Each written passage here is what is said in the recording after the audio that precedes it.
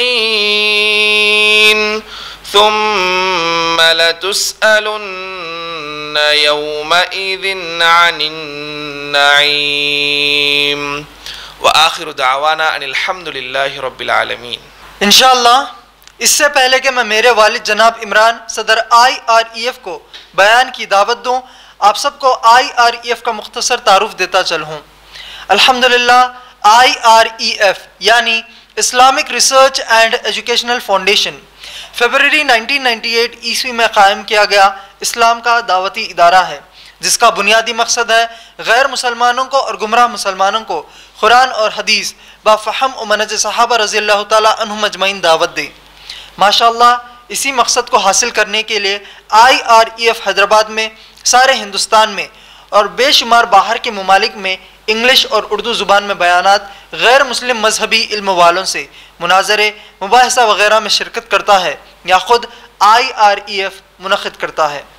अल्हम्दुलिल्लाह जनाब इमरान अभी तक USA, Canada, UK, Australia, New Zealand, Taiwan, Singapore, Malaysia, Thailand, Ireland, Scotland के अलावा तमाम गल्फ़ ममालिक में भी प्रोग्राम्स किए हैं। माशाअल्लाह आप लोग youtube.com/IREF वीडियोस को हमारे वीडियोस के लिए सब्सक्राइब कीजिए। 9989031373 के व्हाट्सएप नंबर को आपके पास ऐड कीजिए और हमको एक मैसेज भेजिए। हमारा FB पेज है facebook.com/IREFPOSTS।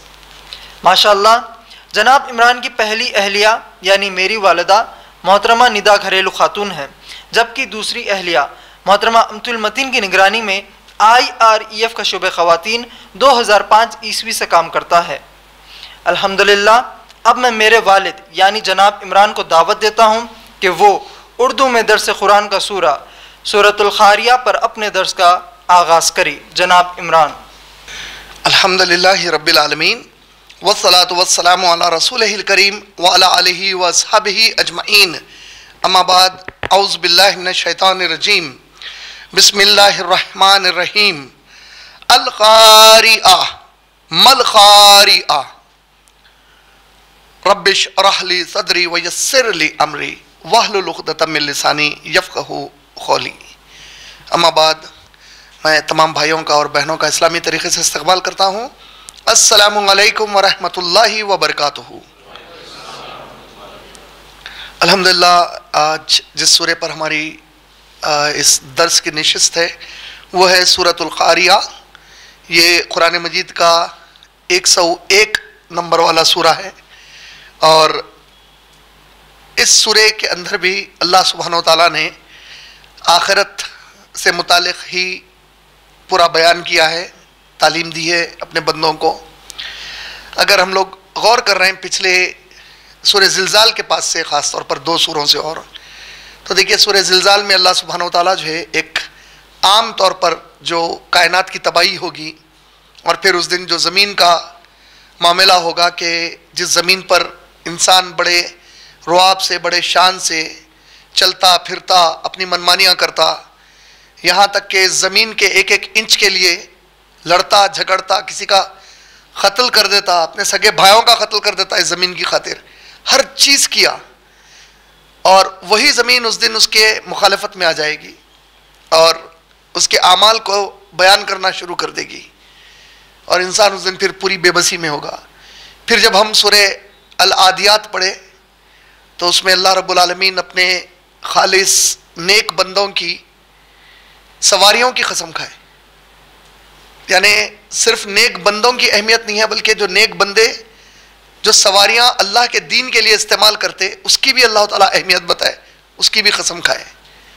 और फिर उसके बाद उसका जो अंदाज़ कलाम है सूरे आदियात के अंदर अल्लाह रब्बुल आलमीन का, उससे ऐसा लगा कि अब ये कलाम में मखसूस एक एक इंसान के ऊपर गुफ्तगू हो रही।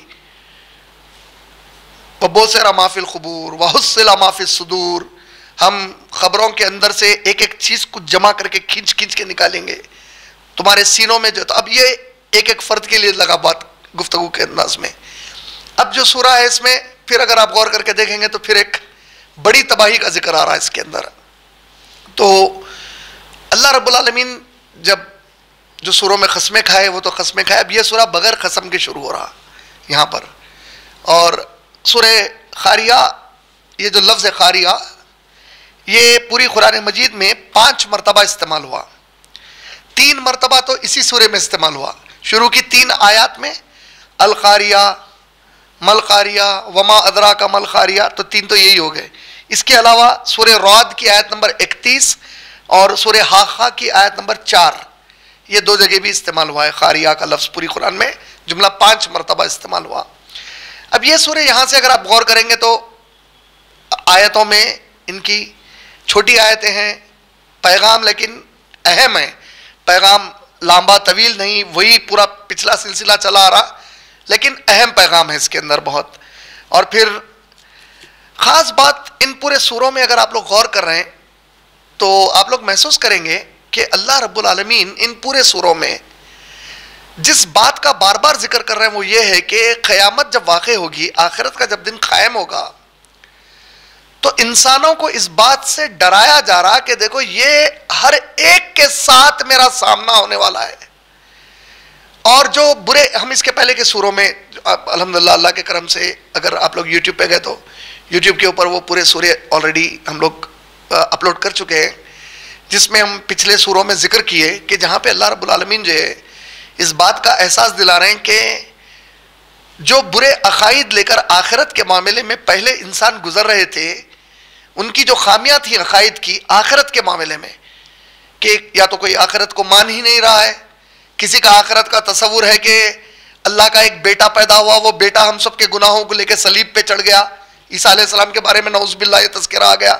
कहीं किसी का कोई और ख्याल है, किसी का ख्याल है कि दरअसल आखिरत एक ऐसी चीज़ है सिर्फ डराने को बताई गई, और किसी का नजरिया है कि आखिरत होगी, हम यहाँ पे दुनिया में जो अल्लाह के नेक बंदों को पकड़ के बैठे हुए वो हमको बचा के लेके निकल जाएंगे। लेकिन ये सूरों में पूरे अल्लाह ताला बार बार बताते आ रहे हैं कि ऐसा कुछ होने वाला नहीं है। ये जो तमाम अकायद गुमराह उम्मती बनाएंगे, तो तुम्हारे ये गुमराह अकायद तो पहले के लोगों में भी मौजूद थे। जब कुरान नाजिल होने के पहले यही अकायद के ऊपर वो लोग जिंदगियां गुजार रहे थे, और कुरान को भेज कर अल्लाह ताला उन पूरे अकायद को रद्द करे, तंबीह करे, वार्निंग दिए कि तैयार हो जाओ, मेरे से सामना होने वाला है, तैयार हो जाओ। वो तमाम आमाल को मैं निकाल के लाने वाला हूं जो तुम करते थे, सिर्फ करते नहीं थे, तुम्हारे दिल में सोचते थे, वो सोच को भी निकाल के लाने वाला हूं मैं बाहर, उसका भी हिसाब लेने वाला हूं तुम लोगों से। तो बार बार इसमें यह डराया जा रहा कि देख बंदे गफलत में मत रहे, एक यकीनी चीज का सामना होने वाला है, इतनी यकीनी चीज है वो जिसका तू इनकार कर ही नहीं सकता। और अगर तू इनकार कर रहा, गफलत में है या गलत तस्वुर में है, तो तीनों सूरतों में तेरे लिए तो बहुत बड़ी तबाही होने वाली है। हम अपने आप में गौर करके देखेंगे, या तो हम इनकार कर दे रहे हैं पूरी तरह कि ऐसा कुछ होने वाला ही नहीं है, या गफलत में है, ठीक है हुए वक्त देख लेंगे, या कोई तो है जो हमको बचा के लेके निकल जाएंगे, या फिर हम इसके बारे में यह तस्वुर में है जो इस्लाम का कुरान और हदीस वाला तस्वुर नहीं है। तो तबाही तय कर दी गई है हम लोगों के लिए, अल्लाह हिफाजत फरमाए। अब ये जो सूरा है, देखिए आप, इसमें जिलजाल का जो सूरा था उसमें एक कैफियत थी, जलजला अपन उसमें जिक्र करें कि दरअसल जलजला हम लोग हमारे अर्थक्वेक को बोल लेते, जबकि अर्थक्वेक को अरबी में अलग अल्फाज इस्तेमाल हुए अर्थक्वेक के लिए। जलजला ऐसा कंटिन्यूअस झटका जो रुकेगा ही नहीं और ऐसे हिला देगा कि हर चीज को उलट पुलट करके रख देगा, अंदर की चीजें बाहर हो जाएंगी, पूरी बाहर की चीजें अंदर नहीं जाएंगी, उल्टा।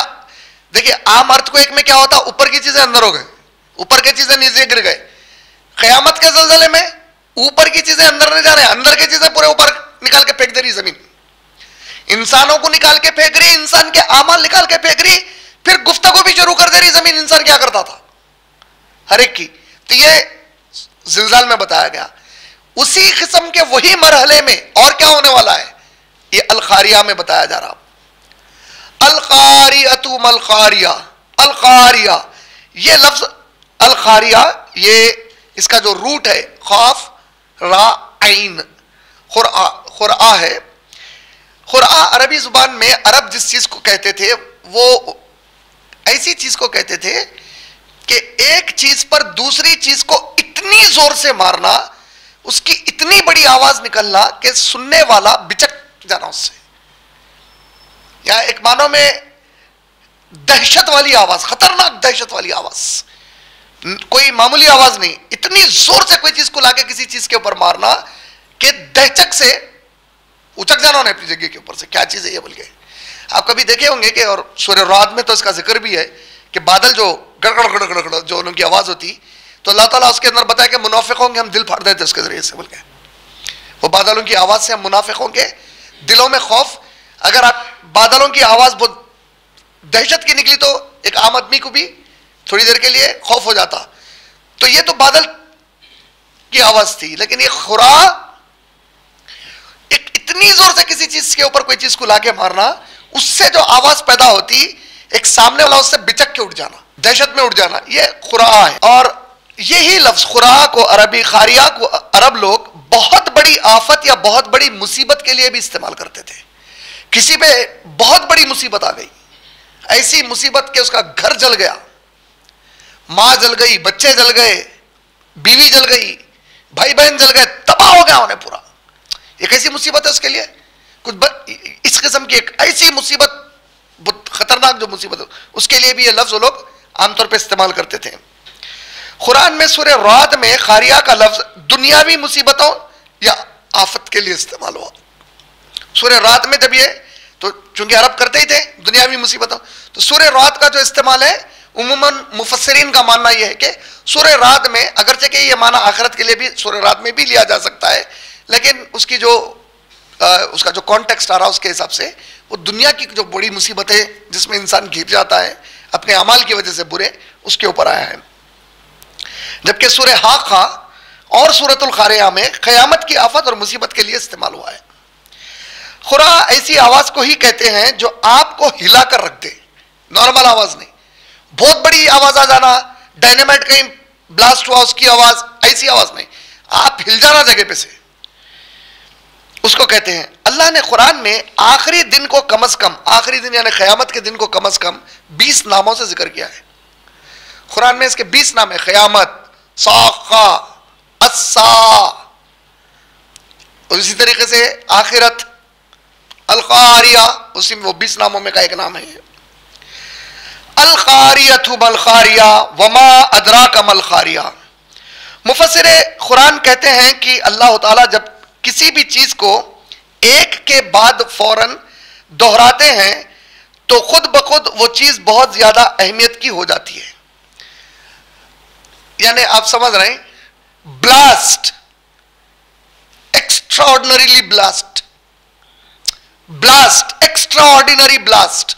तो ब्लास्ट मैं जिस अंदाज में बोला वही काफी था, फिर बोल रहा हूं, you can't imagine the blast. धमाका, बहुत बड़ा धमाका, अंदाजा नहीं कर सकते धमाके का। तो मैं किस चीज पर वजन डालते जा रहा हूं, वो ब्लास्ट के ऊपर। अब ये बात अल्लाह इस्तेमाल कर रहे हैं 3-3 बार, और किस चीज के लिए इस्तेमाल कर रहे हैं, एक ऐसी आवाज के लिए जो दो चीजों के टकराने पर होगी। अल-क़ारिया, मल-क़ारिया, वमा अदराका मल-क़ारिया। अल-क़ारिया, अच्छा देखिए, अब हम लोगों के लिए फिर, चूंकि अरबी जुबान हमारी मादरी जबान नहीं है, हम बोलचाल में कभी बोलते ना, हम कभी किसी से उस पर गुफ्तगू करते, तो शायद हमको थोड़ा समझने में अभी भी वो जो उसका वजन है वो पूरी तरीके से नहीं जाएगा, सिवाय इसके कि मैं अब जैसा बोल दिया, अरे हो अल्लाह ताला 3 बार इस्तेमाल कर लिए, इतना ही आएगा हमारे दिमाग में। अरब इसको कई और तरीकों से समझने की कोशिश करेंगे। अरब के पास कोई खबर दी जाती तो खबर पूरी बोली जाती। धमाका हो गया भाई आज चारमीनार के पास, धमाका हो गया भाई लुम्बिनी पार्क के पास, धमाका, तब जुमला ही पूरा नहीं हुआ है। तो क्या बोलना चाह रहे हैं आप? अल-क़ारिया, ये अंदाज़ा कलाम कैसा है कि अब अरब सोच में पड़ गए कि भाई खबर पूरी, तो क्या बोलना चाह रहे हैं खबर के बारे में, तवज्जो दिलाई गई। अल-क़ारिया, ये तो समझ गए लोग कि एक बहुत बड़ी आवाज के बारे में बात हो रही। अभी कौन सी आवाज की बात हो रही भाई? मल-क़ारिया, अरे खबर देने के बजाय सवाल हो रहा। धमाका, क्या है धमाका? भाई तुम खबर दे रहे, तुम जवाब दो। अल-क़ारिया, मल-क़ारिया, रुक रहे हो, वमा अदराका, आप क्या नहीं मालूम हमारे को? तुम खबर देके सवाल कैसा हो सकता?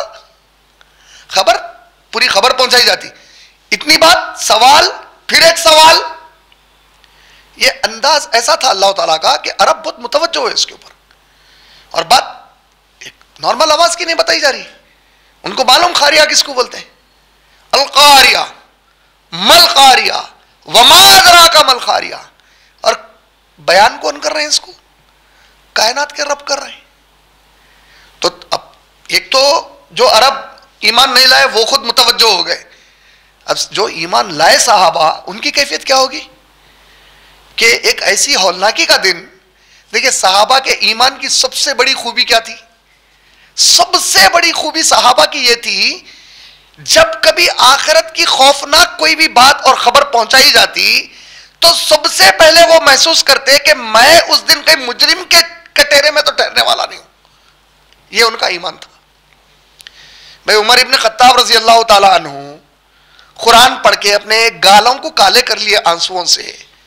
अब उनको पूछा जा रहा, अमीरुल मोमिनीन, इतना रोने की वजह?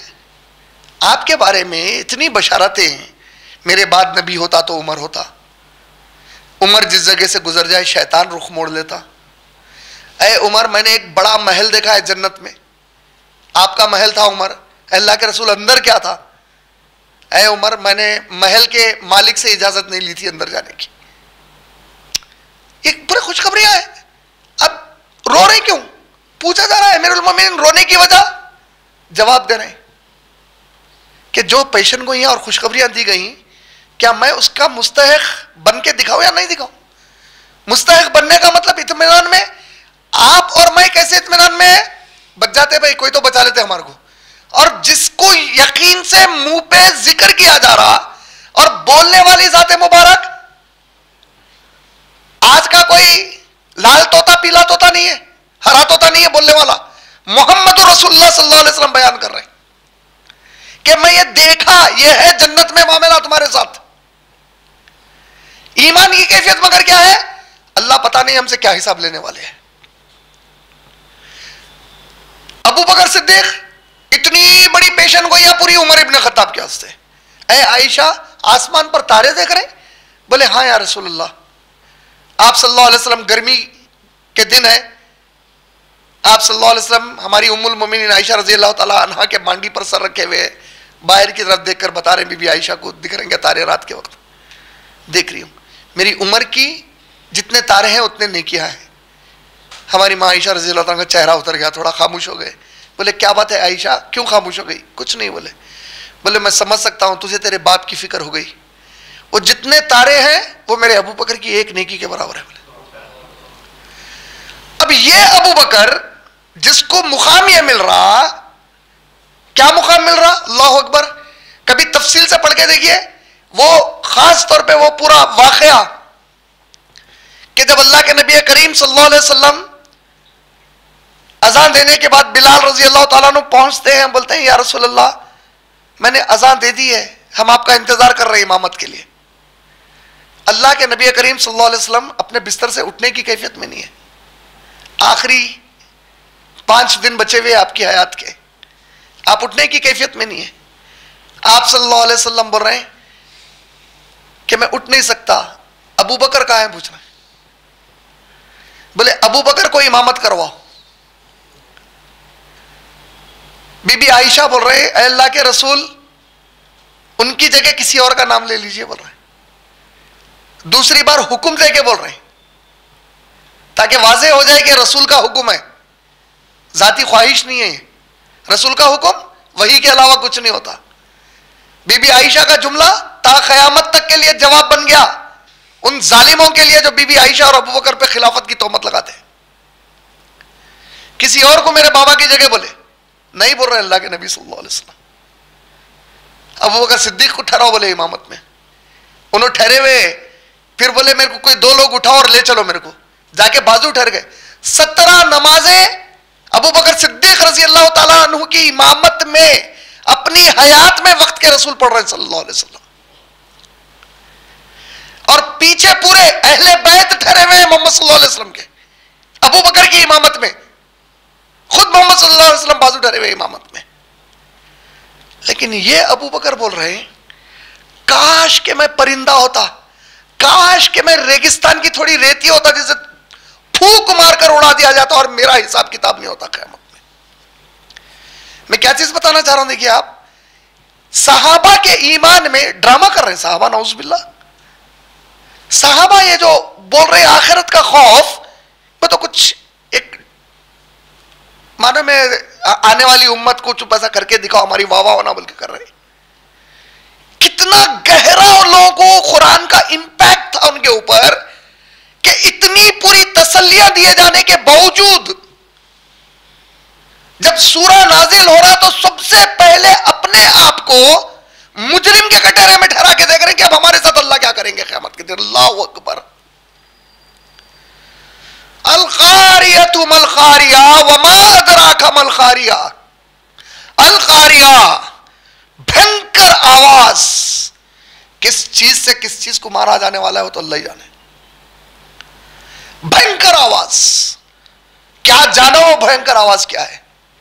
और आप सल्लल्लाहु अलैहि वसल्लम को मालूम भी है, आपको मालूम है वो क्या है आवाज, आपको नहीं मालूम क्या है वो आवाज। दोनों भी अंदाज़े कलाम है वो। वमा अदराका मल क़ारिया, क्या आपको पता है क्या है वो आवाज, आपको नहीं मालूम क्या है वो आवाज।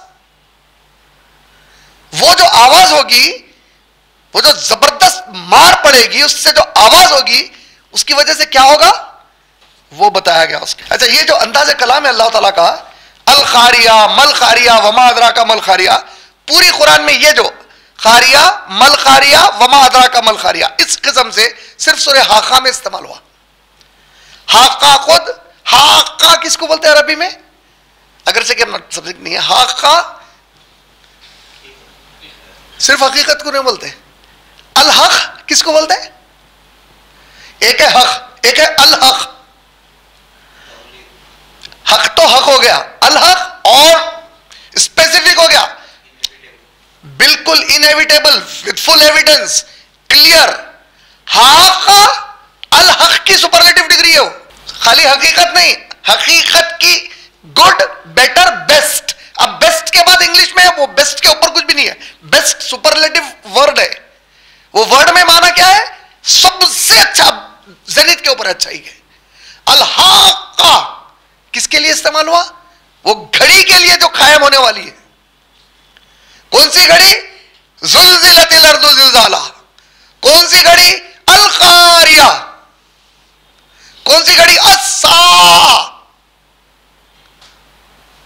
समझ रहे, वो उसके लिए इस्तेमाल हुआ।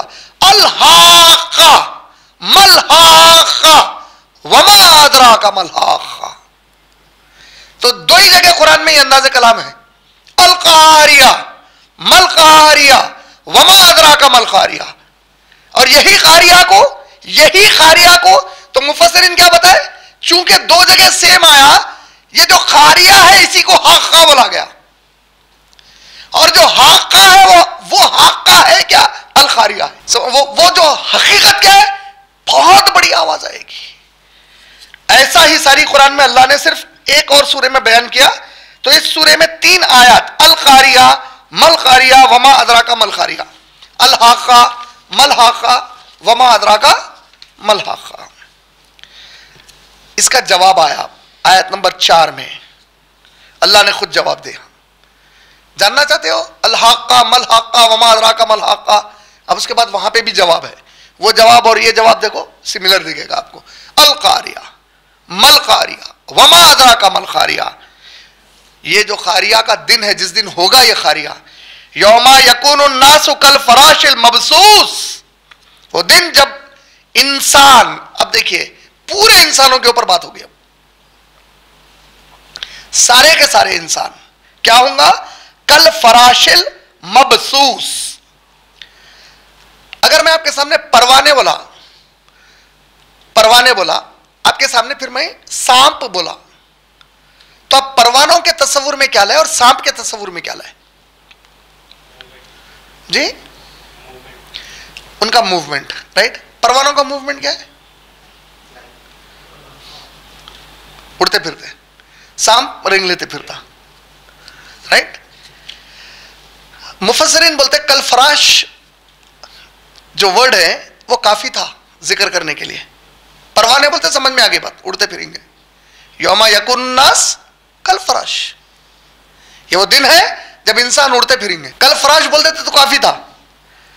मबसूस खास तौर पे जिक्र किया, क्या कैसा उड़ते फिरेंगे? उड़ते तो चिड़िया भी है,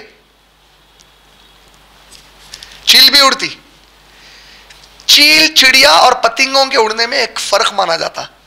जो पतिंगे उड़ते डायरेक्शनलेस उड़ते और सेंसलेसली जाके अपने आप को आग में डाल लेते। आप दिया जलाए, पतिंगा आके उसमें जलकर मर जाता। अल्लामा इकबाल का इसलिए शेर भी है ना, शमे हकीकी का जब कोई बन जाता है परवाना, दीवाने समझते हैं हो गया है दीवाना। क्योंकि परवाने का दीवाना बन गया है, उन्हें वो आग के पीछे इतना दीवानगी से फिरता, जाके खुद को जला लेता उसके अंदर। आखिर में डायरेक्शनलेस है, उन्हें सेंसलेस हरकत कर रहा, सेंसेस में नहीं है उन्हें। भाई एक आदमी जला ले रहा मतलब, या कोई जानदार चीज अपने आप को जला ले रही मतलब, सेंस में नहीं है।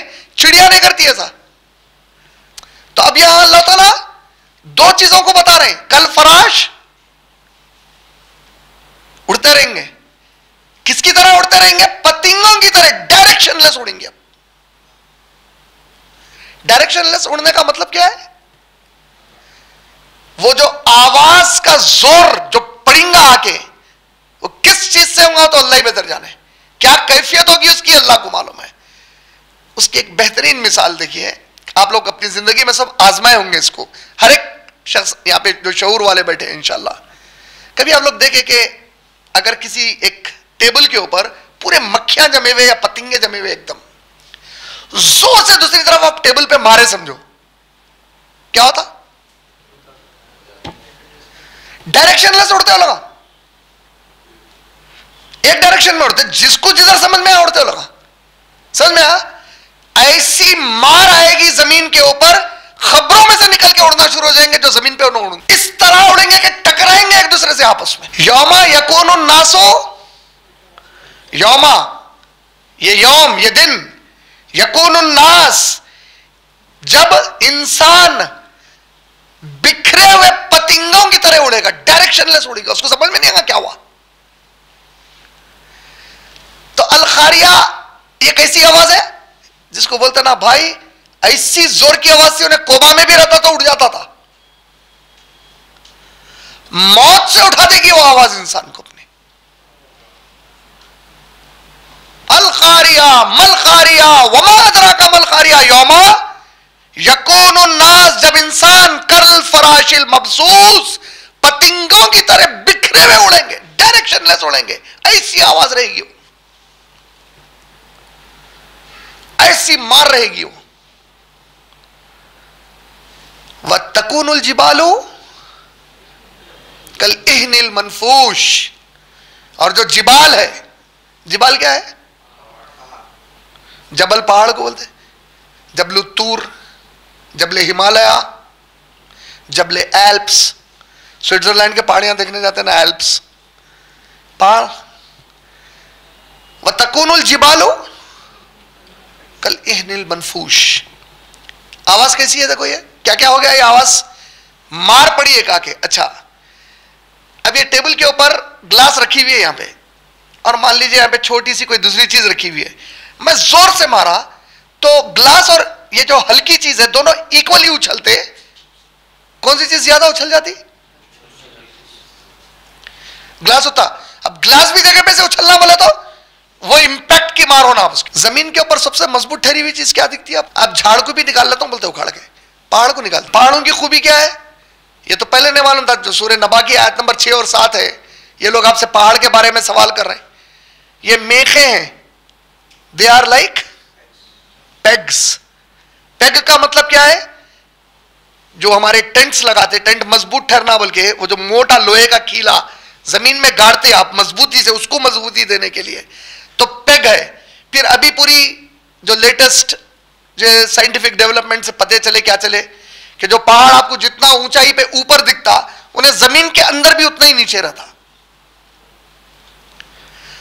अलखारिया ऐसी मार पड़ेगी, वो जो जिबाल है, तकूनुल जिबाल कल इहनिल मनफूश,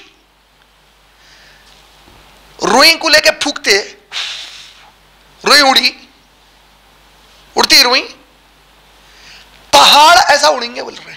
जबकि पहाड़ आज इंसानों की नजर में जमीन पर कायम सबसे मजबूत चीज है, बल्कि जमीन को कायम रखने के लिए है उलमा।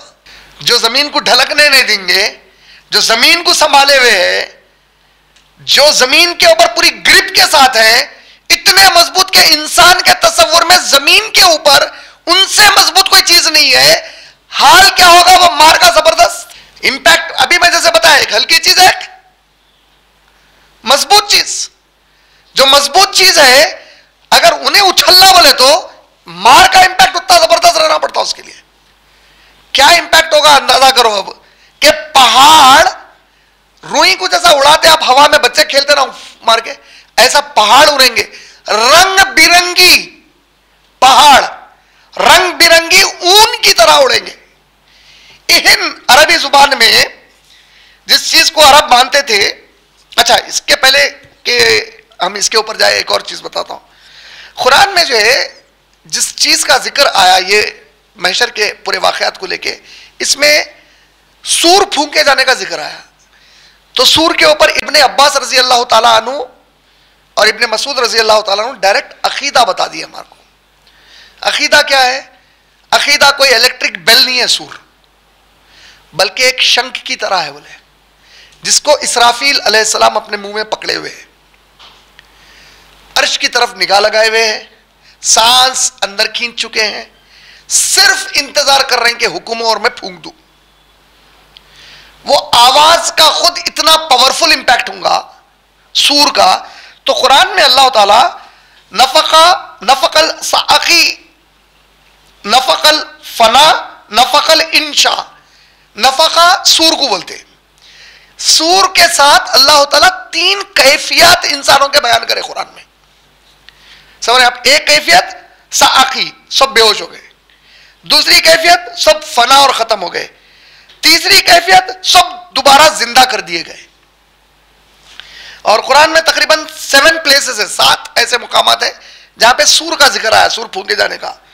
सूरह अनाम की आयत नंबर, सूरह नंबर 6 आयत नंबर 73 है। सूरह मोमिनून सूरह नंबर 23 आयत नंबर 101 है। सूरह नमल सूरह नंबर 27 आयत नंबर 87। सूरह जुमर सूरह नंबर 39 आयत नंबर 68। सूरह हाक़ा सूरह नंबर 69 आयत नंबर 13 और सूरह नबा सूरह नंबर 78 आयत नंबर 18। ये पूरे मुकामात पर सूर के फूंके जाने का जिक्र आया। अल खारिया में हो रहा क्या? इंसान बिखर के उड़ रहा है। तो मुफस्सिरीन का मानना यह है कि ये अल खारिया का जो वाकया है, ये जो कैफियत है, ये तीसरे सूर की कैफियत है। तीसरे सूर के वक्त होने वाली चीज है ये। यानी सब के सब उखाड़ फेंके गए जमीन में से, इस तरह फेंकी उछाल के जमीन, पहाड़ खुद उड़ रहे हैं इस तरीके से। तो अब आप अंदाजा करो कि इंसान कैसा उड़ रहा होगा उससे। और खास बात क्या है फिर, यह याद रखो आप, सूरज और चांद और तारों की रोशनी बुझा दी गई है। अंधेरे घुप की कैफियत है। अब उसमें जब उड़ रहे तो कौन किससे टकरा रहा, कहां किसको डिच्चे मार ले रहे,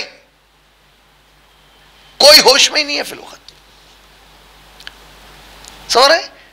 तो ये एक हिस्सा के ये तीसरे सूर के बारे में जिक्र किया गया। और एक और बड़ी प्यारी चीज मुफस्सिरीन जो है कुरान के बहुत प्यारी बात बताते हैं अल खारिया वगैरह के ज़िमन में। अल्लाह सुब्हानहू तआला जो है कुरान में इतना प्यारे अंदाज से कलाम किए हैं। आप जब सूरा नंबर 82 और सूरा नंबर 84 पढ़ते, सूरा नंबर 82 और सूरा नंबर 84, तो उसमें आसमानों की तबाही के लिए अल्लाह ताला जो लफ्ज इस्तेमाल करे वो है इंशिकाक और इन्फितार। इसी तरीके से सूरज, चांद और तारों की तबाही के लिए तकवीर और इंतिसार, इंतिसार तारों की तबाही के लिए इस्तेमाल हुआ और सूरज और चांद के लिए तकवीर इस्तेमाल हुआ, लोग जब तबाह होंगे। पहाड़ों की तबाही के लिए कुरान में दुक्कन दुक्का बोले, जमीन को चटियल करने के लिए पहाड़ उड़े बिठाए अम्बान के चटियल पहाड़ों को, यानी कि फ्लैट सरफेस कर दी जा रही। तो नुसीबत और दुक्का ये दो अल्फाज इस्तेमाल। नुसीबत सूरह नंबर 88 आयत नंबर 19, सूरह गाशिया की आयत नंबर 19, और दुक्कन दुक्का, सूरह नंबर 89, सूरतुल फजर, आयत नंबर 21। इंसानों की तबाही के लिए अल खारिया इस्तेमाल हुआ। कैसी तबाही है? हिला देने वाली आवाज, निकाल के उड़ा के फेंक देने वाली आवाज। तो इंसान को देखिए, दो वजन की चीजों को बता रहे हैं। इंसान का वजन, पहाड़ों का वजन। पूरे जितने भी इंसान पैदा हुए पूरों को एक जगह डाल के एक माउंटेन रेंज का वजन देखे तो माउंटेन रेंज का वजन जितने इंसान जमीन पर पैदा हुए उनसे बढ़कर उसकी ये हालत हो रही, तो ये इंसानों की क्या हालत होने वाली है, अंदाजा करिए वापस। अच्छा, अरबी जुबान में ईहन, ईहन जो है, ईहन एक्चुअली कॉटन को बोलते हैं, कपास को। लेकिन चूंकि अरब के पास कॉटन कॉमन नहीं था, आम खास इस्तेमाल में नहीं था, तो वो लोग ईहन का लफ्ज जो है वूल के लिए इस्तेमाल करते थे, ऊन के लिए।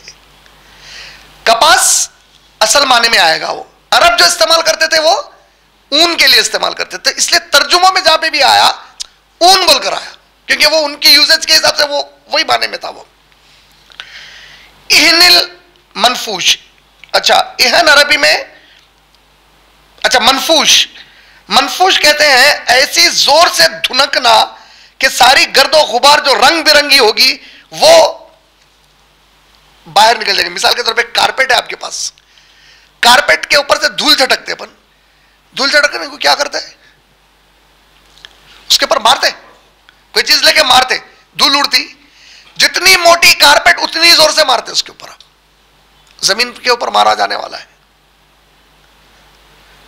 क्योंकि जमीन के ऊपर से निकाल फेंकना है हर चीज को, समझ रहे हैं? तो जितनी मोटी कारपेट उतनी जोर का मार, जमीन पे मारा जाएगा। हर चीज को, सबसे मजबूत चीज को उखाड़ के फेंक दे रही उन्हें, और क्या कैफियत में उड़ रही है वो चीज?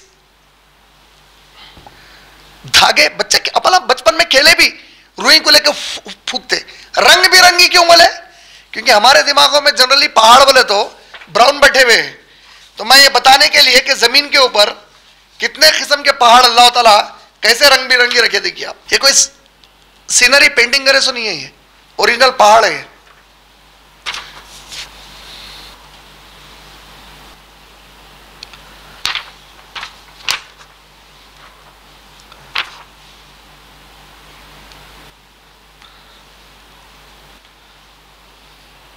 तो गोया रंग बिरंगी रुई रखी हुई है।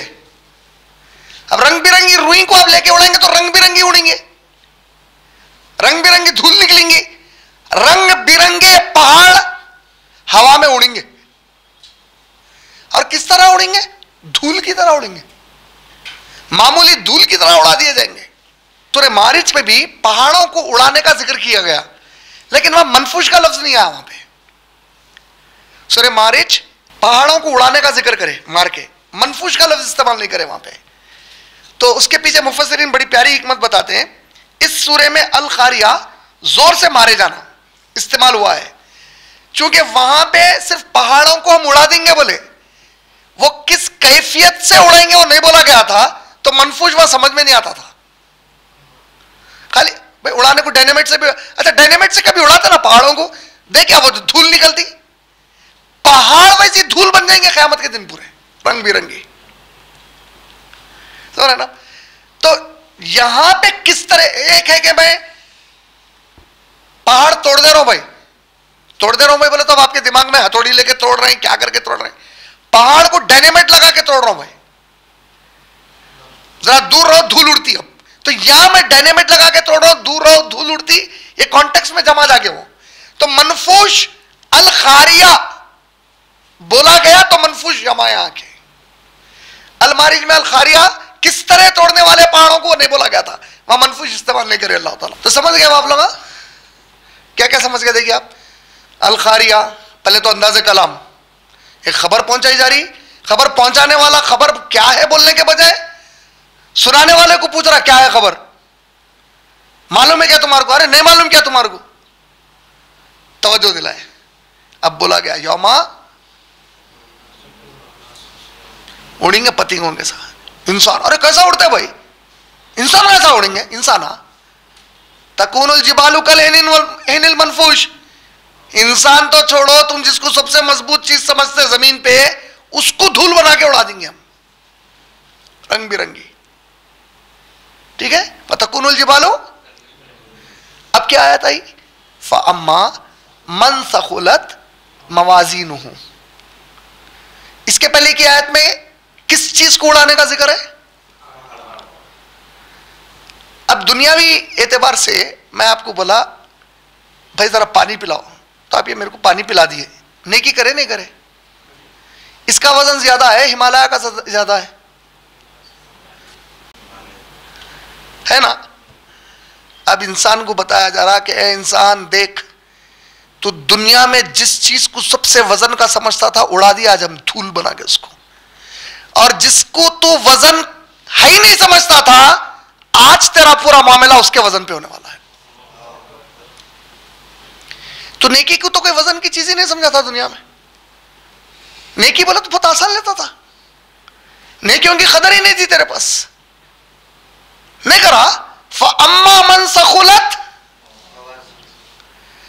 आज जिसका नेक अमल वजन में भारी होगा, किस चीज को किस चीज के मुकाबले में ला देगा अल्लाह ताला?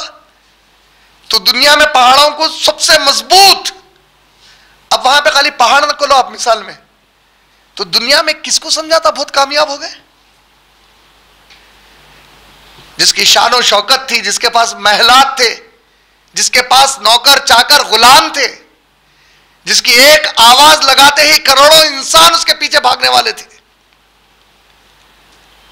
जो झूठ भी बोला तो दुनिया उसको सच मानती थी। ऐसे लोग हैं? नहीं है। फिरौन ने था, फिरौन के सामने हकले मूसा अलैहिस्सलाम की क्या अहमियत है? उनके जमाने के लोग क्या बोल रहे थे कि मूसा किससे मुकाबला करने निकले? उन्हें गोद में पाला सो है तुम्हारे को घर में, तुमको बात तक करने नहीं आ रहा, तुम उससे लड़ेंगे, मुकाबला करेंगे। यानी मूसा अलैहिस्सलाम की तो कोई हैसियत ही नहीं थी। नौजुबिल्लाह। अलम यजिद का यतीमन फआवा, अल्लाह के नबी सल्लल्लाहु अलैहि वसल्लम का नौजुबिल्लाह मजाक उड़ाना शुरू करे। आप रसूल है जो कभी एक जंग में नहीं चले हमारे साथ, कभी तिजारत नहीं करे, एक महफिल में शायरी के नहीं आए, कभी हमारे साथ तलवारबाजी नहीं करे, तीरबाजी नहीं करे, घुड़सवारी नहीं करे कुछ। आप हमारे को इंसान को गिरा। आज दुनिया में कई ऐसे नेक ईमान वाले होंगे जिसकी कोई अहमियत कदर और कीमत नहीं है। खुद उनके बीवी बच्चे उनका मजाक करते होंगे, यार क्या हमारे बाबा दीवाने हैं बोल के, क्या लेके बैठे भाई, ने क्या, हाँ मालूम है भाई, आप कर लो, हम हमारा देख लेते। वजन ही नहीं दे रहे थे ना इसको। वजन तुम्हारे पास कौन थे?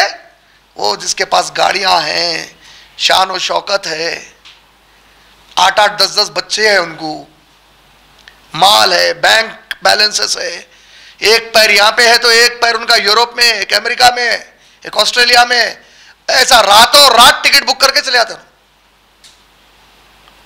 कोई नहीं रोकता उनको एयरपोर्ट के ऊपर, पूरी दुनिया फिरते हो।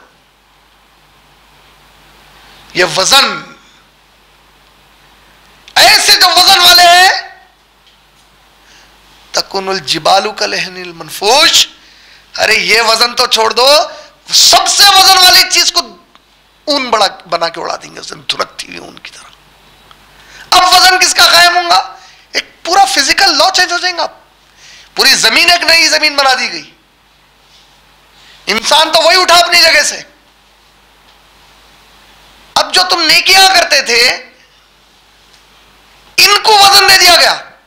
जिस तरह आज एक ग्लास का वजन है, एक लोहे की चीज का वजन है, हथौड़ी का वजन है, पहाड़ का वजन है, नेकी का। मुसलमान को मुस्कुरा के देखा, वजन दिख रहा कहीं भी, यहां मुस्कुरा तो कुछ वजन की चीज दिखी, होठों पे कुछ दिखी, अचानक वो वजन वाली हो गई। इतनी वजन वाली हो गई, उन्हें तुम्हारे को जन्नत या जहन्नम में लेके जाने वाली है। चीज क्या थी वो? खाली मुसलमान भाई को मुस्कुरा के देखना। देख अब सोचे भी तो उसकी कोई अहमियत दिख रही हो चीज की, लेकिन हर ऐसी छोटी छोटी चीज वजन वाली हो जाएंगी उस दिन। इसलिए मोहम्मद सल्लल्लाहु अलैहि वसल्लम क्या बोले? कोई नेकी को छोटा मत समझो, करते जाओ बोले। क्यों? छोटी सी छोटी नेकी वजन वाली होने वाली है, और वो वजन की जरूरत है हमारे को उस दिन। वो वजन नहीं उस दिन के काम से। उस दिन फअम्मा मन मन सखुलत मवाज़िनुहु, इस आयत को जिस आयत के फौरन बाद पेश किया गया है उसकी खूबसूरती का जरा अंदाजा करो कि इससे पहले की आयत में पहाड़ों का जिक्र आया, उनको उड़ा दिए, उसके बरखिलाफ नेकियों का वजन होगा। यानी इस दुनिया में नेकी या नहीं दिखती, ना वजन होगा नेकियों का बोलकर कोई तसव्वुर था, क़यामत के दिन यही नेकियां वजन वाले हो गए। तो तीन शक्लें इब्ने कसीर रहमतुल्लाह अलैह फरमाए कि अहादीस की रोशनी में नेकियों के वजन के मुतालिक तीन शक्लें समझ में आती। बोले, एक, नेकी को अल्लाह जिस तरह चाहेंगे खुद उसको वजन दे देंगे। दूसरा, क़यामत में नेकी को खुद एक शक्ल दी जाएगी, वो क्या शक्ल दी जाएगी अल्लाह को मालूम, जिसका वजन होगा और उसको तराजू में डाल के तोला जाएगा। तीसरा, नेक इंसान को तराजू के एक पड़ले में रख दिया जाएगा, और ये तीनों भी बातें हदीस से साबित है। नेक इंसान को रख दिया जाएगा और तोला जाएगा, तो इंसान का वजन कैसा होगा? उसके जिस्म का हड्डियों से नहीं रहेगा उस दिन वजन, खून से नहीं रहेगा, उसके जिस्म से उन्हें जितने नेकियां करा वो आजा उतने वजन करेंगे, उन्हें खुद तोल दिया जाएगा। इसलिए क्या बोला गया, तुम गुनाह करें, नेकी करो, दो फायदे हो रहे हैं, गुनाह को मिटा भी दे रहे हैं अल्लाह ताला, ये नेकी को कायम भी कर रहे हैं, इसको वजन भी दे रहे हैं। फिर अल्लाह अगर रहम कहा गया तो सूरह फुरकान की आयत नंबर 70, वो गुनाह को भी नेकी में बदल के उसको भी वजन कर दे रहे हैं।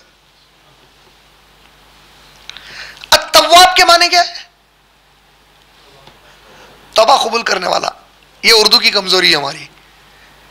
अत-तव्वाब के माने है लगातार बार बार बगैर रुके के तुम्हारी मौत तक तौबा कबूल करने वाला, खाली तौबा कबूल करने वाला नहीं है। अत-तव्वाब लगातार बगैर रुके के, तुम जब पुकारे मेरी तौबा के लिए, अल्लाह मैं तौबा करता हूं, कबूल। कोई है नहीं अल्लाह के और तुम्हारे बीच में, अब तुम बोले दिल से अल्लाह मैं तौबा कर रहा हूं, कबूल कीजिए, अल्लाह का वादा है कबूल। कब तक? ऐ इब्लीस, मेरी इज्जत की कसम खा के बोल रहा हूं, मैं भी मेरे बंदे की आखिरी हिचकी जो रहेगी उससे पहले तक भी तौबा करेगा, कबूल कर लूंगा। और यानी तो मोहम्मद सल्लल्लाहु अलैहि वसल्लम क्या फरमा रहे, सूरज अगर दूसरी तरफ से निकलना शुरू हो गया तो तभी तौबा बंद है। अत-तव्वाब, अच्छा तौबा का फायदा क्या है मालूम है? तौबा से गुनाह माफ हो गया। अब तौबा करे सो चीज को वो तौबा नेकी बना के उसको वजन बना देंगे। तौबा करना नेकी है नहीं है, ये अजीब नेकी है। ऐसी नेकी जिसमें तौबा करा तो नेकी मिल रही, फिर वो तौबा की वजह से गुनाह भी माफ हो जा रहा, फिर गुनाह भी माफ नहीं हो रहा, अल्लाह चाह रहे तो अपने रहम से वो गुनाह को भी नेकी का वजन बना दे रहे। फअम्मा मन सखुलत मवाज़ीनुहु, अल्लाह अकबर। इस आयत की एक और शान यह है कि इस दुनिया में बाज लोग बड़े वजन और शान और शौकत वाले थे और उनके मुकाबले में अल्लाह की खुशनुदी के लिए जिंदगी गुजारने वालों की कोई अहमियत नहीं थी, है ना। लेकिन अल-क़ारिया ऐसी खतरनाक घड़ी होगी कि दुनिया में जिनका वजन था हल्के होकर उड़ा दिए जाएंगे, हल्के बना के उड़ा दिए जाएंगे, और अल्लाह के लिए ही नेकियां करने वाला खालिस नीयत से, है ना। मेरे लिए मुखलिसीना लहुद्दीन, दीन किसको बोलते हैं? अद्दीन किसको बोलते हैं? हिसाब किताब को बोलते हैं। वो हिसाब किताब की घड़ी के लिए हर चीज को मेरे लिए खालिस कर दो, बोले मुखलिसीना लहुद्दीन, तुम्हारा जो दीन है, हिसाब किताब का मामला है, मेरे लिए खालिस रखो, बोले अल्लाह ताला। ऐसे जो बंदे रहेंगे इस दुनिया में जो सिर्फ अल्लाह की खातिर जिए, अल्लाह की खातिर मरे, नेकियां करने वाले, पूरी इस्तिकामत और इज्जत और वजन के साथ जमकर खड़े हो जाएंगे उस दिन। अल्लाह अकबर। पहाड़ उड़ गए, ठहरे हुए कौन है? अल्लाह अकबर। उसको समझना है तो देखो आप, अब्दुल्लाह इब्ने मसूद रज़ी अल्लाह अन्हु बेचारे कहीं भी ऊपर की तरफ चढ़ने का रहता तो सबसे आखिरी में चढ़ते थे ना। कोई सीढ़ियां चढ़ना है, पहाड़ चढ़ना है तो सबसे आखिरी में पीछे आते थे, सामने भी रहते। वजह क्या थी? उनकी एक पिंडली थी बाएं पैर की जो बहुत सीधे के मुकाबले में पतली थी, कुछ अरब जमीन की एक मखसूस बीमारी की वजह से बिल्कुल पतली हो गई थी। तो उनको डर रहता था कोई मजाक नहीं उड़ाना हो पिंडली देख के मेरा। दोनों सबसे पीछे हो जाते थे, दुबले पतले, बिल्कुल दुबले पतले। अब नबी सल्लल्लाहु अलैहि वसल्लम को, अब सोचो कि कुछ ऐसा हुआ होगा जिसके लिए नबी सल्लल्लाहु अलैहि वसल्लम को मखसूस तौर पे उनकी वो फजीलत बतानी पड़ी कि ऐ सहाबा, याद रखो मेरा, अगर अब्दुल्ला इब्न मसूद एक मुट्ठी में रेती लेके खैरात कर दिया तो तुम लोग ओहद की पहाड़ियों के उतना सोना भी खैरात करे तो ये एक मुट्ठी रेती के बराबर नहीं है बोले, तो वजन दिखाए ना। अब ये अब्दुल्ला इब्न मसूद रजी अल्लाह तआला अन्हु तो सहाबी है। अब ऐसे जो अल्लाह के बंदे क़यामत तक आएंगे जिसका इल्म सिर्फ अल्लाह को है, जो दुनिया में दिखे तो एक पचकड़ मारे तो गिर गए जैसे दिख रहे थे, जिस दिन पहाड़ उड़ जा रहे हैं उनके नेकियों का यह वजन रहेगा कि रुआब से ठहरे हुए रहेंगे, जम के ठहरे हुए रहेंगे, अल्लाह की शान के साथ ठहरे हुए रहेंगे और उनके ऊपर कोई खौफतारी होने वाला नहीं उस दिन। अल्लाह हमको उनमें कर दे। समझ आप ये कैसे होगा? देखो आप, जो वजन वाली चीजें थी धज्जियां उड़ गई उसकी, जिसको दुनिया वजन की नहीं समझते थे आज ऐसा ठहरे हुए हैं कि ऐसा दिख रहा है उन्हें बड़ा पहाड़ है क्या कुछ। और वजन क्या है उनके पास? उसका नेकियां, जिसको दुनिया वजन ही नहीं देती थी, जिसकी कोई कदर ही नहीं करे, वो नेकियां, वो चीजें वजन की हो गई। नेकियों के वजन की अहमियत का जिक्र कुरान में अल्लाह ताला सूरह आराफ की आयत नंबर 8 और 9, सूरह कहफ की आयत नंबर 105 और सूरह अंबिया की आयत नंबर 47 में बहुत तफसील से किए हैं। और फिर सूरह ज़िलज़ाल की आयत नंबर 7, फमन यामल मिस्काला, अब समझ में आ रहा हो, जर्रा भी है तो उसका वजन कैसा हो जाएगा? जर्रा है नेकी, लेकिन वजन बस। ब्लैक होल की खूबी क्या है? ब्लैक होल की खूबी है कि ग्रेविटी इतनी ज्यादा है उन्हें लाइट को भी बेंड कर दे रही। तो अभी ये लोग एक्सोप्लैनेट्स बोल रहे हैं, बस साइंस में एक्सोप्लैनेट्स करोड़ा करोड़ा करोड़ा लाइट ईयर्स दूर है हमारे से। वो प्लैनेट्स की ग्रेविटी इतनी ज्यादा है, एक छोटे टेनिस बॉल, एक छोटा जो टेनिस बॉल है उतनी अगर वहां की मिट्टी ले लिया आप अगर, तो बिलियंस ऑफ फुटबॉल फील्ड्स बना दे सकते जमीन पे लाके।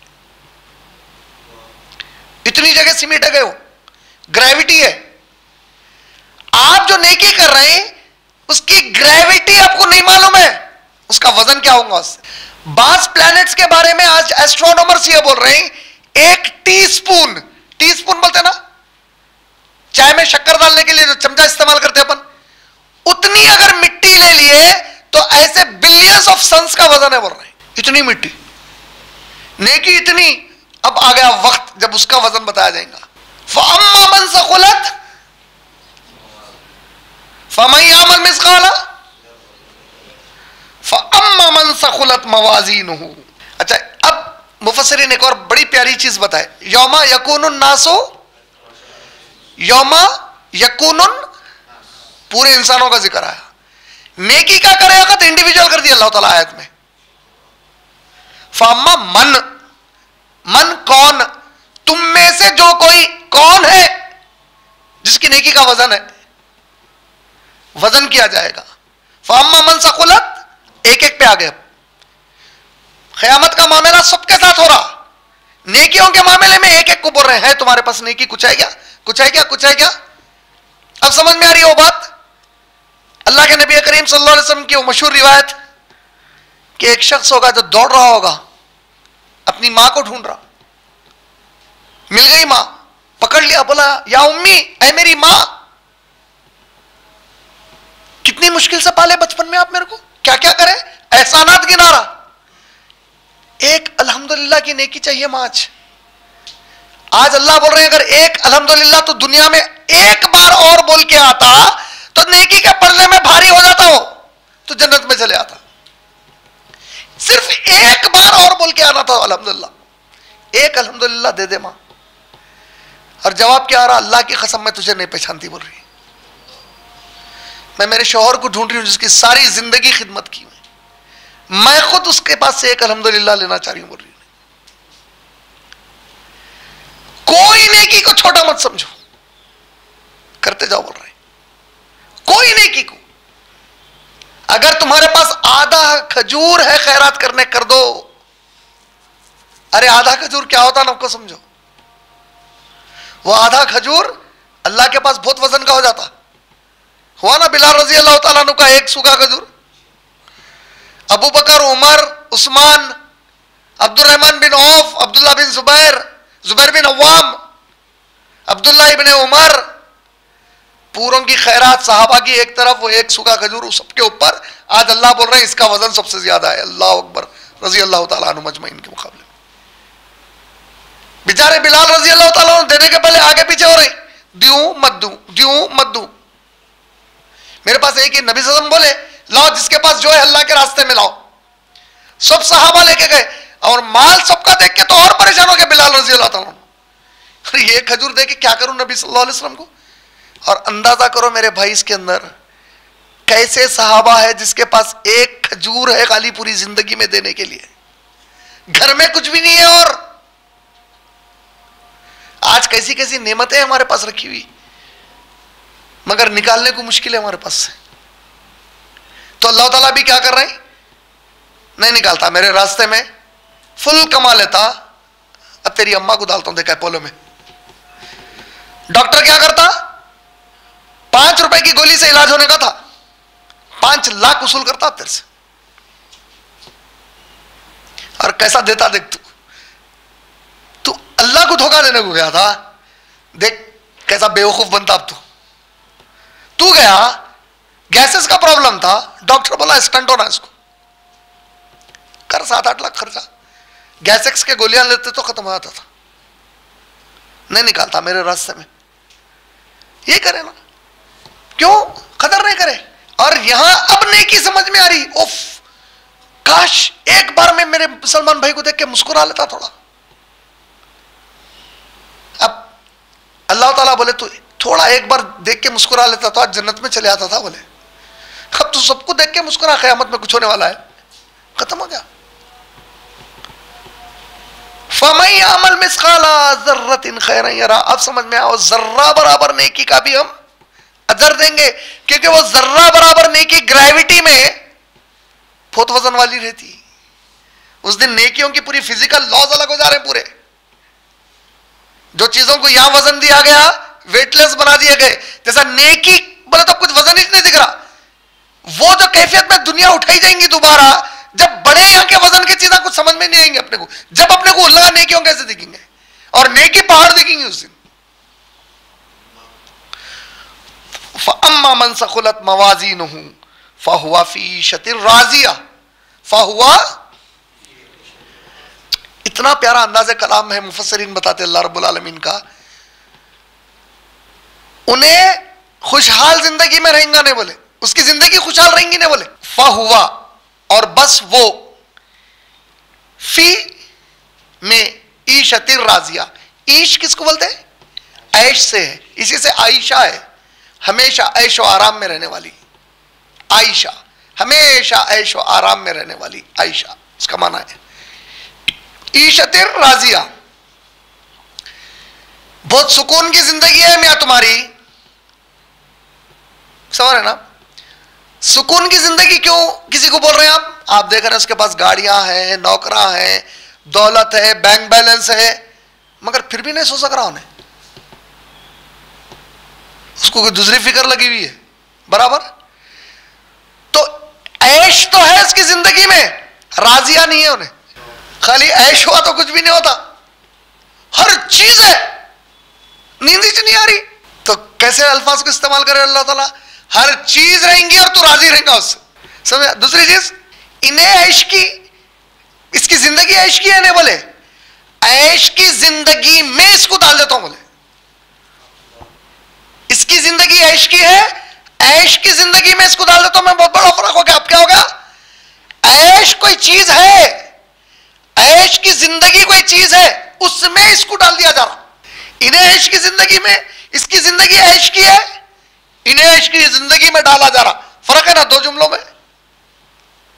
भाई इनकी जिंदगी ऐश की है, भाई इनको ऐश की जिंदगी में, राजिया जिंदगी में डालने का मतलब ऐसी हयात, ये हयात में क्या था, कबद थी नहीं, सही थी, मेहनत करना है, इम्तिहान है, थकान हो रही, नींद आ रही, ये जिंदगी ऐसा ऐश जिसपे इन्हें राजी भी है, उसके सिवा वहां कुछ है ही नहीं। भाई इन्हों भिग गए, इनको पानी में डाल दिया गया, इनको पानी भिगा दिया, इनको पानी में डाल दिया गया, कितना बड़ा फर्क हो गया।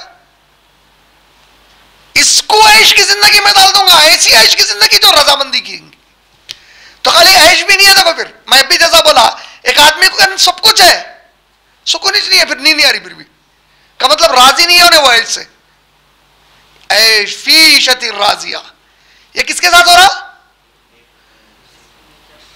नेक नहीं, जिसकी नेकी का वजन ज्यादा है।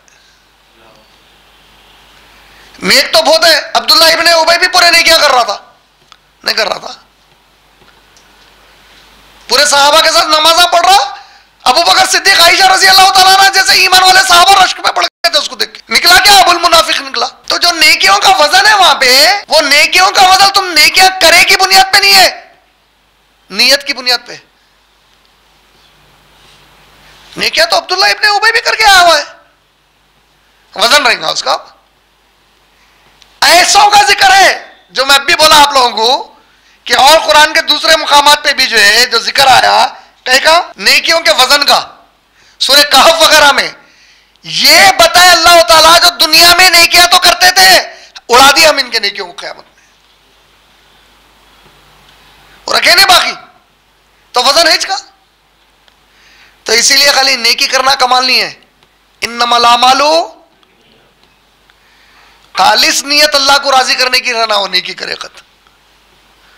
मेरी अम्मा है बल्कि खिदमत नहीं करना है, मेरी अम्मा की खिदमत से अल्लाह राजी होते बल्कि करना है। खाली अम्मा है मैं खिदमत कर रहा हूं बोले तो नेकीच नहीं बनी वहां पे, वो तो काफिर भी कर रहा वही बोल के। अल्लाह है बीच में, नहीं आए, नहीं आए, नेकी कबूल नहीं अल्लाह का। मुखलिसीना लहुद्दीन का मतलब क्या है? तो कुछ भी हुकूकुल इबाद भी अदा कर रहा, मां के साथ अच्छा बर्ताव करना हुकूकुल इबाद, हुकूकुल इबाद का सबसे पहला हक मां रखती, मां के बाद बाप रखता, हुकूकुल इबाद का सबसे पहले मुस्तहक है लोग। लेकिन ये अदा करते वक्त अल्लाह मेरे खुश होंगे मेरे से, ये तस्वुर नहीं है, खत्म होगी, नेकीश नहीं बनी तेरे से। औलाद से मोहब्बत करना, उनको पाल पोस के बड़ा करना, हुकूकुल इबाद, आला हुकूकुल इबाद। जिसने एक निवाला मोहब्बत से अपनी 3 बेटियों को खिला दिया, जन्नत में मेरे साथ रहेंगे। अल्लाह के रसूल जिसके पास सिर्फ 2 बेटियां हैं उन्हें भी, अरे अल्लाह के नबी एक ही है अगर बेटी, उन्हें भी एक निवाला मोहब्बत से खिला दिया बोल रहे। खिलाते वक्त एहसास, मेरे अल्लाह खुश होंगे अगर मैं बेटी को खिलाया तो। ये अल्लाह का माइनस हो गए तो मुखलिसीना लहुद्दीन है ही नहीं अब तेरे पास। खालिस दीन, ये अमल तो हिसाब के लिए कर रहा ना, हिसाब चाहिए ना इसका तेरे को, तो फिर मेरे को माइनस करके हिसाब कैसा लेता? ये बोल रहा है अल्लाह ताला, समझ में आया? तो नेकियों का वजन उस वक्त है वो वजन जबकि नीयत अल्लाह के लिए थी वहां पे, वरना अल्लाह अकबर, जहन्नम का इनॉग्रेशन कौन कर रहे हैं? मेरी उम्मत के वो उलेमा जो लोगों में इल्म गुमराही के लिए बांटते थे। दुनिया तो उलेमा ही बोली ना उनको, और जो आलिम होगा दुनिया में जिना करता, उन्हें पब्लिक में चोरी करता, उन्हें डाका डालता, कहीं कत्ल करता किसी का, उन्हें नमाजी नहीं होता।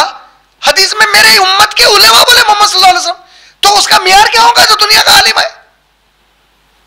नेकियों में तो उन्हें सबके आगे होगा ना, लेकिन जहन्नम तो उससे शुरू हो रही ना। क्यों? उसके वो नेकियां उड़ा दिए गए फूंक मार के, वजन बाकी नहीं रहा उसका कुछ भी। तो खाली नेकी करना कमाल नहीं है, याद रख लेना। नीयत क्या थी वो नेकी के अंदर? अल्लाह की खुशनुदी थी कि नहीं थी? थी तो वजन है उसका, नहीं तो वजन ही नहीं है वो। और जिसका वजन नहीं है वो नेकी नहीं। जो दुनियावी एतबार से नेकी थी मगर चूंकि अल्लाह के लिए नहीं हुई, फूंक मार के उड़ा दी गई। ठीक है, यहां तक पूरी बात समझ में आ गई। फअम्मा मन सखुलत, वजन जिसका रहेगा नेकियों का, तो नेकियों का वजन खाली नेकी कर लिए तो नहीं, नियत के साथ रहना खालिस। फहुआ, तो फिर ये कौन है? इसको लेकर डाल देंगे हम ईशति राजिया वाली हयात में। अब आया देखिए पलट के नेक्स्ट, व अम्मा मन खफ्फत मवाजीनुहु, यहां पे जो मवाजीन हूं आया, इसके ऊपर मुफस्सिरीन बताते हैं अगर यहां मवाजीन को मौजून की जमा मान लिया जाए, अरबी लफ्ज मौजून की जमा मवाजीन अगर यहां सेकंड आयत में मान लिया जाए तो फिर मतलब होगा बेवजन, यानी क़यामत में सिर्फ नेकियों का ही वजन रहेगा, बुराई का, यानी कि नेकी बुराई डाल के कुछ तोलने नहीं रहेंगे, खाली नेकियों का ही वजन रहेगा, बुराई बेवजन चीज रहेंगी। दूसरा माना अगर इसको वाकई वजन के माने में ले लिए तो इसका मतलब जिसकी नेकियों का वजन कम रहेगा। कितना कम है उसके नेकियों का वजन कि बुराइयों की तादाद बढ़ गई उसके मुकाबले में। अब क्या होगा उसके साथ, वह अम्मा मन खफद, खफी बोलते किसको, कम को बोलते, फ़उम्मुहु, किसको बोलते, मदर को बोलते। ये क्या मतलब हुआ, फ़उम्मुहु हाविया का तर्जुमा क्या है, फ़उम्मुहु हाविया, तो उसका ठिकाना है हाविया, ठिकाने में ले लिए। फ़उम्मुहु असल होना क्या चाहिए तर्जुमा लफ्जी एतबार से, उम्मो कहां बोले तो उम्मू का तुम्हारी मां, उम्मी उम्मुहु फ़उम्मुहु, तो फिर उसकी मां होगी हाविया, उसकी मां होगी हाविया। क्या मतलब नहीं समझे, अल्लाह अकबर। हाविया पे पहले देख लेंगे फिर उम्मुहु पे आएंगे उसके बाद इंशाल्लाह उसको समझने के लिए। हाविया क्या है देखो पहले, हाविया अरबी में ऐसी खाई को बोलते, खाई होती ना वैली, ऐसी खाई या ऐसे गहरे गड़े को बोलते जिसमें कोई चीज ऊपर से फेंकी जाती है और वो इतना नीचे जाके गिरती कि खुद से उसका बाहर निकलना नामुमकिन है। फिर हाविया अरबी में किसको बोल रहे हैं, नॉर्मल खाई भी हो सकती, फेंक दिए उन्हें फिर चल लेते ऊपर आ गया। हाविया अरब किसको बोलते थे, ऐसी खाई जिसमें खुद से नहीं गिरते, ढकेले जाते, फेंके जाते उसमें लाके। जब आप फेंके जाते हैं तो इतनी गहरी रहती उन्हें कि उसमें से खुद से निकल के आना नामुमकिन है आपके वास्ते। ठीक है, लिहाजा जहन्नम ऐसी खाई है जिसमें ऊपर से फेंके जाएंगे गुनहगार, और जब फेंक दिए जाएंगे उसमें खुद से तो निकल के आना नामुमकिन है उनके लिए। तब उसमें से तो वो गुनहगार है जिसको अल्लाह ताला खुद निकालेंगे, मोहम्मद सल्लल्लाहु अलैहि वसल्लम को बोलेंगे जाओ निकाल के ला लो, मोहम्मद सल्लल्लाहु अलैहि वसल्लम के उम्मत के नेक लोगों को बोलेंगे थोड़ों को निकाल के ला लो। तो कोई निकाल ले अलग बात है, खुद से निकलना हो ही नहीं सकता, नामुमकिनात में से। तो पहले वो हाविया, अच्छा इसकी गहराई कितनी होंगी, तो अकीदा हमारा यह है कि सिवाय अल्लाह के इसकी गहराई किसको भी नहीं मालूम। तो फिर सवाल आता कि नबी करीम सल्लल्लाहु अलैहि वसल्लम की प्यारी हदीस, ऊपर से बंडा छोड़ दिया गया तुम्हारी उम्र के 70 साल ले रहा नीचे पहुंचने, तो भाई नबी सल्लल्लाहु अलैहि वसल्लम तो बताया ना कितनी गहरी है उन्हें, 70 साल ले रहा पहुंचने। लेकिन नबी सल्लल्लाहु अलैहि वसल्लम की इस हदीस में नबी सल्लल्लाहु अलैहि वसल्लम दो चीजें नहीं बताए, वो बंडे का वजन नहीं बताए और किस तेजी से फेंका जा रहा नहीं बताए। तमसील, यकीनन कोई तो एक ऐसे वजन का बंडा होगा जिसको फेंके गए तो 70 साल लग रहे हैं, लेकिन उसकी असली गहराई किसको भी नहीं मालूम है सिवाय अल्लाह के, कितनी गहरी है। अब आएंगे उम्मुहु क्यों कहा गया इसको। छोटे बच्चे रहते ना, बिल्कुल मासूम बच्चे जो जरा जरा रेंगना सीख लेते, उन लोगों के सामने खाला फुप्पू आंटी ताई कोई भी ठहरे हुए और अम्मा ठहरी हुई है, बच्चा जाता किसके पास, कैसा जाता, कैसा पहचाना, मां को कैसा पहचाना। उसके दो तरीके हैं, एक फितरी चीज है उसकी, ये फितरत है। दूसरा अभी साइंटिफिकली ये लोग बताते हैं कि उसकी आंखें भी पूरी तरह डेवलप नहीं होती, उसकी स्मेल डेवलप हो जाती, उन्हें मां की स्मेल से मां के पास चले आता, ये मेरी बिलोंगिंग है बोल के जाता उन्हें मां के पास। जहन्नम जिसके वजन में नेकियां कम है, गुनहगार है, जहन्नम इनकी मां की तरह होगी, ये खुद ब खुद जाके गिर जाएंगे उसके अंदर। बच्चा लपक के गया मां के पास, अच्छा बच्चे को सेंस नहीं थी, कुछ भी मां के पास जाते वक्त उसको इतना ही मालूम, ये फितरी तौर पे ये मालूम ये मेरी मां है। गुनहगार को फितरी तौर पे मालूम हो जाएगा कि मेरे को यहीं गिरना है, अब जाके उसको रोकने के भी जाएंगे तो उन्हें सबको छोड़ा के भागेंगे वहां पे। जब फरिश्ते खींच के ले जाएंगे तो लगा रेजिस्ट करने की थोड़ी कोशिश कर रहे हैं, लेकिन उसके आजा बगावत कर देंगे उसके खिलाफ कि नहीं हमको तो वहीं जाना है। फ़उम्मुहु, मां बन जाएंगी जहन्नम उनके लिए। छोटे बच्चे को मां गोद में कैसा लेकर रहती, किसी को खींचने देती उसके पास से, कैसा संभाल के रखती।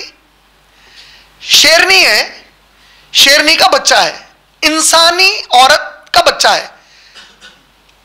मां जो इंसान की औलाद जिसके गोद में रहती मां के, उसका बच्चे को पकड़ने का अंदाज शेरनी का पकड़ने का एक ही होता नहीं होता। उन्हें उसके फितरत से उन्हें जहन्नम को मां की फितरत दी जाएगी, गुनहगार औलाद की तरह ले लेंगी उन्हें। शेरनी का बच्चा इंसान के बच्चे को ऐसा गर्दन पकड़ के उठाते ना, इंसान के बच्चे को ऐसा शेरनी का बच्चा उठाया था, शेरनी उठाई तो हड्डियां टूट जाते 2 सेकंड में, उन्हें कितनी भी मोहब्बत से उठाओ। एक डिस्कवरी चैनल पे बताया था, शेर लाड़ से भी ऐसा अगर नाखूना खोल के पंजा मारा तो 250 किलो का पंच पड़ता है उसका, 250 kg का लाइट। लाड़ कर रहा था उन्हें खाली, भाई तुम्हारा लाड़ ना को जान निकाल दे रहा बोलते। जहन्नम का लाड़ क्या होगा सोचो। फ़उम्मुहु हाविया, ये उसकी मां है हाविया। अपनी मां के पास गिरेंगे जा जाके लोग। फ़उम्मुहु हाविया। अब क्या हुआ अरबों को, क्या हमारी मां है हाविया। वमादरा का माहिया, वमादरा का, अच्छा गौर करें आप लोग, वमा अदरा का मल खारिया आया था, या वमा अदरा का माहिया आ गया डायरेक्ट, मल नहीं है यहां पे। क्यों नहीं है? तो मुफस्सिरीन बताए, जो चीज का थोड़ा बहुत इंसान अंदाजा कर ले सकता वहां मल इस्तेमाल होता। खारिया फिर भी समझ कर एक आवाज आएंगी, पतिंगों की तरह, तो पतिंगों का एक तस्वुर है, बड़ी आवाज का कोई तस्वुर है। वमा अदरा का मल खारिया आया। हाविया वो चीज बताई जा रही, इंसान तू तस्वुर नहीं कर सकता। वमा अदरा का माहिया, वमा अदरा का मल हाविया ने बोले माहिया, तो माहिया मल आया ही नहीं। क्यों नहीं आया? तो तस्वुर नहीं कर सकता कैसी चीज है वो जानना। वो हाविया कैसी है तेरे को नहीं मालूम है। फिर अल्लाह ही जवाब दे रहे हैं, वो जो हाविया है, नार आग को बोलते हैं बराबर। घर में पुराने जमाने में पकवान करने आग जलाते, कुलचा पकाने को भी आग जलाते। घर में आपके लकड़ियों की आग और वो आग सेम है? क्या फर्क है? दोनों में फर्क क्या है? नहीं जी, गैस की बात नहीं कर रहा हूं, लकड़ियों पे पका रहे हैं, आग है ना। कुलचे को भी पका रहे हैं नारी के, फर्नेस लगाए हुए है ना, वहां पे भी आग है, यहां पे भी आग है। दोनों आग में फर्क क्या है? इंटेंसिटी ऑफ हीट, उसकी गर्मी का फर्क है। मेरे घर में जो मैं पकवान के लिए आग लगाया वो उतनी गर्म नहीं है। अब सोने को तपाने वाली आग है, उसकी गर्मी इंटेंसिटी अलग हो गई। लोहे को पिघलाने वाली आग है, सूरज की आग है। कल ही एक न्यूज शॉट्स में आया, फ्लेयर बोलते ना, फ्लेयर बोले तो FLARE, फ्लेयर। आग के शोले को बोलते ना, शोला, पूरी आग नहीं, शोला। सूरज का एक शोला निकला, वो जो शोले का पावर है, कल के न्यूज शॉट्स में कितना है मालूम है? आपकी दुनिया के 1 बिलियन एटॉमिक बॉम्ब्स के बराबर है। 1 बिलियन मतलब 1000 million, 1000 million, 1 million 10 lakh, 1000 million atomic bomb फोड़े तो इंटेंसिटी ऑफ हीट क्या होंगी? खाली एक छोटा शोले का हिस्सा उतना पावरफुल था सूरज का। तो ये मालूम हो गया, जमीन के ऊपर अपने को मालूमात हो गया ना कितनी आग है, इंटेंसिटी क्या है। अल्लाह के नबी क्या बोल रहे हैं? जहन्नम की आग तुम्हारे को जो आग है 70 गुना ज्यादा उससे। नारुन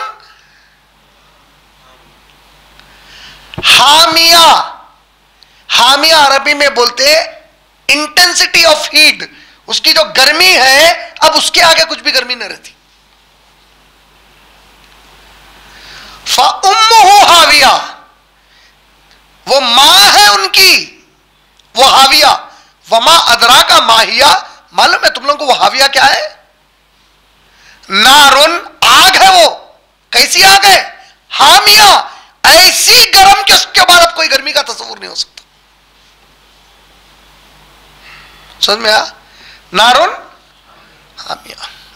अल्लाह रब्बुल आलमीन से दुआ है दिल से कि अल्लाह हमारे गुनाह कबीरा और गुनाह सगीरा जो जानबूझकर अनजाने में हम करे, पैदा हुए जब से अब तक करे, अब कर रहे हैं, मौत तक करेंगे, उनके ऊपर आप अपनी मगफिरत की, अपनी रहमत की चादर डाल के उसको माफ फरमा दीजिए। आप अस्सित्तीर हैं, ऐब के ढांकने वाले हैं, आप अस्सित्तीरुल उयूब हैं। इस दुनिया में भी ढांक दीजिए, आखिरत में भी ढांक दीजिए। अपनी रहमत से राजी हो जाइए हम सबसे। ऐ अल्लाह हमको खालिस आपकी रजा के लिए नेकी करने वाला बना दीजिए। ऐ अल्लाह, अब मुआज़ बिन जबल रजी अल्लाह तआला अन्हु की एक बहुत प्यारी दुआ मिली। मुआज़ बिन जबल रजी अल्लाह तआला की पहले खूबी क्या है मालूम है ना? मुआज़ बिन जबल रजी अल्लाह तआला अन्हु कुरान और हदीस के फ़िक़्ह और शरीयत के तालीमात में सबसे आगे थे। यहां तक कि अबू बकर सिद्दीक, उमर इब्न खत्ताब रजी अल्लाह तआला अन्हु को फ़िक़ही मसले पूछना होता, शरई मसले पूछना होता तो उनसे पूछते थे जाके, मुआज़ बिन जबल रजी अल्लाह तआला से। उन्हें एक दुआ करते थे, मुअल्लिमु इब्राहिम। क्या मतलब हुआ? मुअल्लिम किसको बोलते हैं? टीचर। मुअल्लिमु इब्राहिम, टीचर ऑफ इब्राहिम। ए इब्राहिम अलैहिस्सलाम के टीचर, अल्लिमनी, मेरे को इल्म सिखा दीजिए। कौन है इब्राहिम अलैहिस्सलाम के टीचर? मुअल्लिमु इब्राहिम अल्लिमनी। ए इब्राहिम अलैहिस्सलाम के उस्ताद, मुझे तालीम सिखा दीजिए। अल्लाह से दुआएं करो, रब्बी ज़िदनी इल्मन, अल्लाहुम्मा इन्नी अस्अलुका इल्मन नाफिया व रिज़्क़न तय्यबा व अमलन मुतक़ब्बला। अल्लाहुम्मा इन्नी अस्अलुकल हुदा, अल्लाह मैं आपसे सवाल करता हूँ हिदायत का, वत्तुक़ा, तक़वे का सवाल करता हूँ, वल अफ़ाफ़ा, माफ़ी का सवाल करता हूँ, वल ग़िना, और मुझे आप बेनियाज कर दीजिए कि मैं किसी का मोहताज ना रहूँ और हराम के करीब ना जाऊँ। अल्लाहुम्मा अक्फ़िनी बि हलालिक अन हरामिक, अल्लाह हलाल मेरे लिए इतना काफ़ी कर दीजिए कि मेरी तवज्जो हराम की तरफ जाए ही नहीं। अल्लाहुम्मा अक्फ़िनी बि हलालिक अन हरामिक वग़्निनी बि फ़ज़लिक, और मुझे बेनियाज कर दीजिए आपके फजल से। अल्लाहुम्मा अक्फ़िनी बि हलालिक अन हरामिक वग़्निनी बि फ़ज़लिक व अम्मन सिवाक, और मुझे सिवाय आपके ऐ अल्लाह किसी और का मोहताज मत बनाइए। अल्लाह से दुआ है कि अल्लाह ताला हमको जहन्नम से मीलों मीलों दूर रखे, और बग़ैर हिसाब किताब के जो अल्लाह के बंदों को अल्लाह जन्नत में दाखिल करने वाले हैं उनमें हमारा शुमार हो जाए और हमको उन्हीं में दाखिल कर दे इंशाअल्लाह। व आखिरु दावाना अल्हम्दुलिल्लाहि रब्बिल आलमीन। अस्सलामु अलैकुम व रहमतुल्लाहि व बरकातुहू।